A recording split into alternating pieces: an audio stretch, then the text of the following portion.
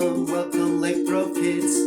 Welcome, welcome, welcome Lake Grove kids. Welcome, welcome, welcome Lake Grove kids. Welcome, hello, we're glad you're here. Well, as you can see, somebody's missing. It's Miss Leslie. Come join me. I'd love to. Welcome, welcome, welcome Lake Grove kids. Welcome, welcome, welcome Lake Grove kids. Welcome, welcome, welcome Lake Grove kids. Welcome, hello, we're glad you're here. Welcome everybody to LGK Online. I'm Miss Leslie. And I'm Mr. Mark. And we're part of the Children's Ministry Program at Lake Grove Presbyterian Church. And we're so glad you're joining us today. Today, as you're listening to the Bible story, you might want to build the Bible story with Legos. So I encourage you right now to gather up your Legos to be ready for the Bible story. And be thinking, as you're building it, of these dimensions: 90 by 30 by 45. We'll give you just a minute to get your Legos. Feel free to pause the video.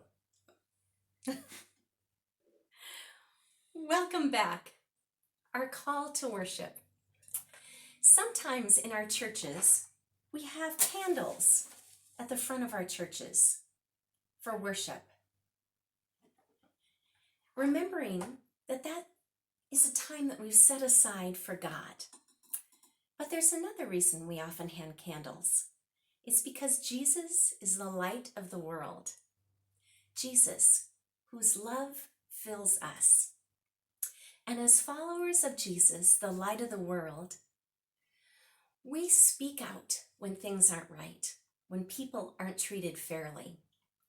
We, as followers of Jesus, show the light of Jesus' love when everything around seems dark and confusing and a little scary. Today, our call to worship talks about His light, and your part in it is, we'll shine His light. Try it with me. We'll shine His light. You've got it. The call to worship. Jesus said, I am the world's light. We'll shine His light.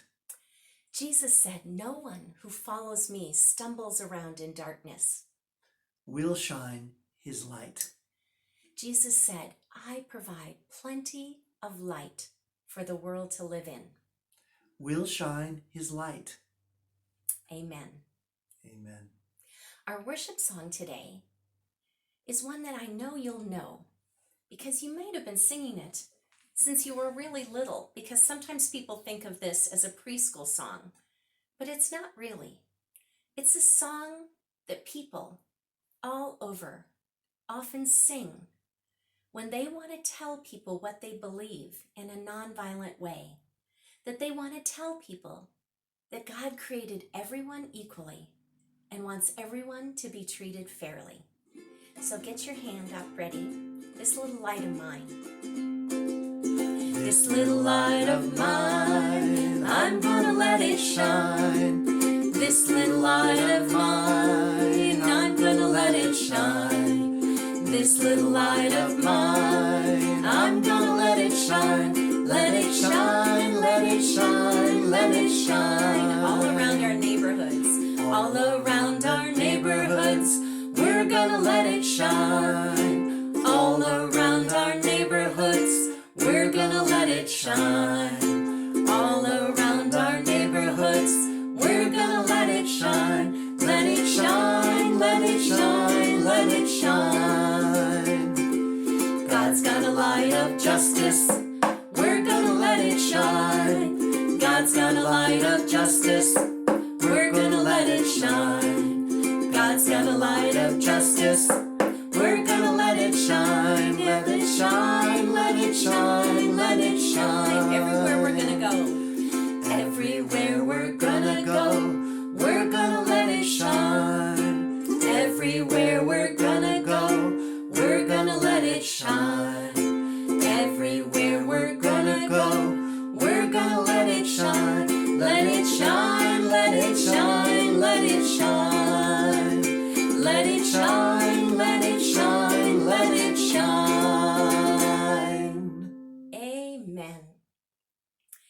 time for our Bible story, which means get your Legos ready. I wonder what the biggest thing you've ever built with your Legos. And I also wonder if you were going to build something today that would honor God, what would it be? We are still in the book of 1 Kings in the Old Testament, which, if it's called 1 Kings, is probably about kings. You're right. The kings of God's chosen people, the Israelites. And last week, we were introduced to King Solomon, the wisest man who had ever lived. King Solomon, to whom God had appeared in a dream and had asked him, what is it you want? I'll give whatever you want to you. King Solomon answered, I want wisdom. Because he wanted to be a just ruler who treated people fairly. And that's exactly what God gave King Solomon, wisdom. There was nothing that King Solomon couldn't handle. He was wiser than anyone. He knew all about plants. He knew everything about animals and birds and reptiles and fish. People came from far and wide to listen to King Solomon. There was peace all around King Solomon. No one was against him. No one wanted to fight with God's people. All the needs of God's people were met. They had all they needed to eat and drink, and they were happy.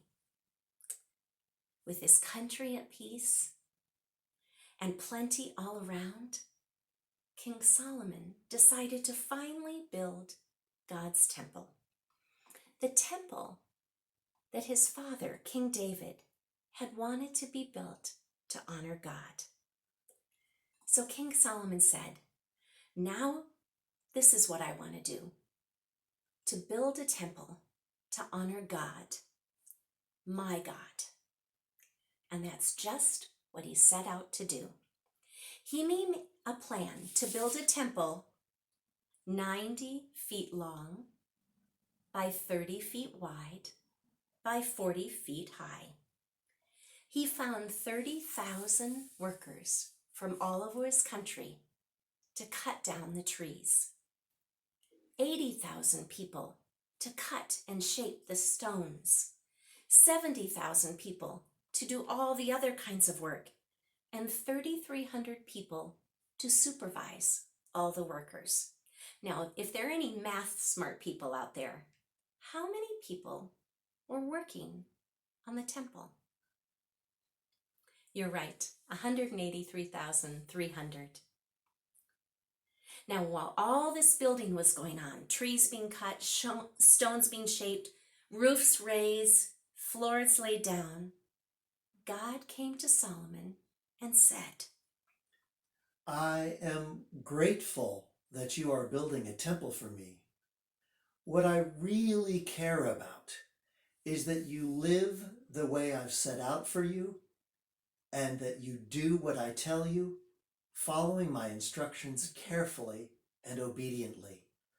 Then I'll complete in you the promise I made to David, your father. I'll live with you and not desert you. King Solomon listened to God. King Solomon built the temple for 7 years. And after he finished building the temple, he started on his palace. And that took 13 years. And when it was all finished, King Solomon had a huge celebration to commemorate the temple. And God's special box, the Ark of the Covenant, where the stones of the 10 Commandments were stored, was carried inside. And the glory of God filled this place. A second time, God came to Solomon and told him, As for you, if you live the life I've set out for you, obedient to my guidance and judgments, then I'll back your rule and make it a sure thing on a solid foundation. Your family will always rule on Israel's throne. King Solomon listened. Wow, things seemed pretty good. King Solomon built a temple to honor God. God spoke to him and gave him clear direction. King Solomon was wise, and he had many blessings. If we ended the story right now, we would think that King Solomon was a pretty amazing leader. But that's not the end of the story. King Solomon couldn't stop building. He began to build whatever he wanted. He built palaces everywhere. He collected 12,000 horses. He collected so much gold that even his plates and his spoons and forks were made out of gold. His throne was made out of ivory with gold. He kept getting more and more things and spending more and more money that he didn't have. To afford all this spending, he began to charge his people really heavy taxes. He rounded up people from other countries and made them work for him without paying them anything. He married 700 women. He began to worship other gods and forgot all about following his God, the God who had chosen him to lead the Israelite people, the God from whom all his wisdom and blessings had come.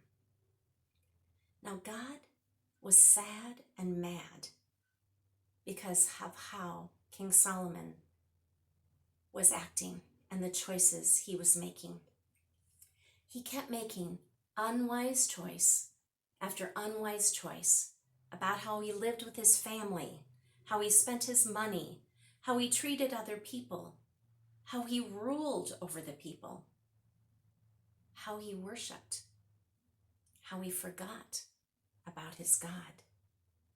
King Solomon was living like he was the boss of himself. God so wanted Solomon to follow him. And King Solomon heard these words from God.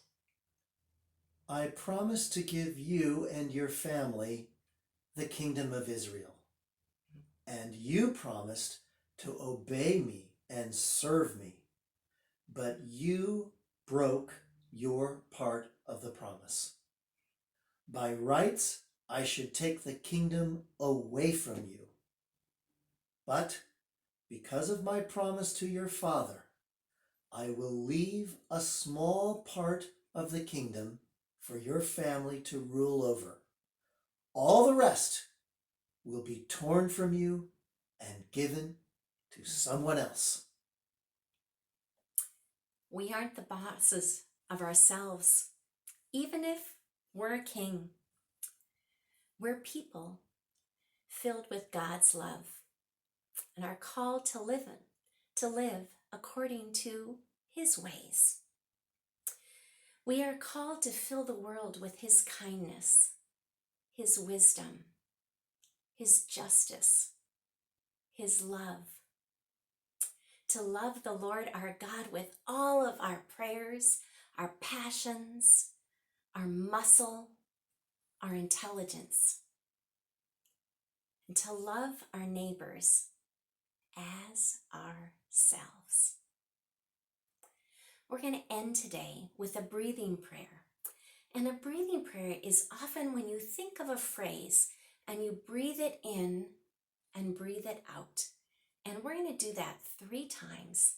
Then we're going to have Mark come back and we're going to end with one verse of everywhere we're going to go. So the breathing prayer, we're going to breathe in. Where can I shine God's light? 3 times. Are you ready? Where can I shine God's light?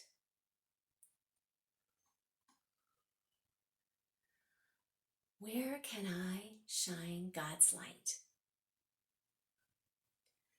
Where can I shine God's light? Amen. everywhere we're going to go, we're going to shine His light. Everywhere we're gonna go, we're gonna shine. Everywhere we're gonna go, we're gonna let it shine. Everywhere we're gonna go, we're gonna let it shine. Everywhere we're gonna go, we're gonna let it shine. Let it shine, let it shine, let it shine. Shall we sing it one more time? I think so. Everywhere we're gonna go, we're gonna let it shine. Everywhere we're gonna go, we're gonna let it shine. Everywhere we're gonna go, we're gonna let it shine. Let it shine, let it shine, let it shine. And you know, friends, as we walk forward shining God's light, sometimes we're gonna stumble and make a mistake. But we are gonna keep on walking in God's light and shining His light. We'll see you next week. See you next week. So long.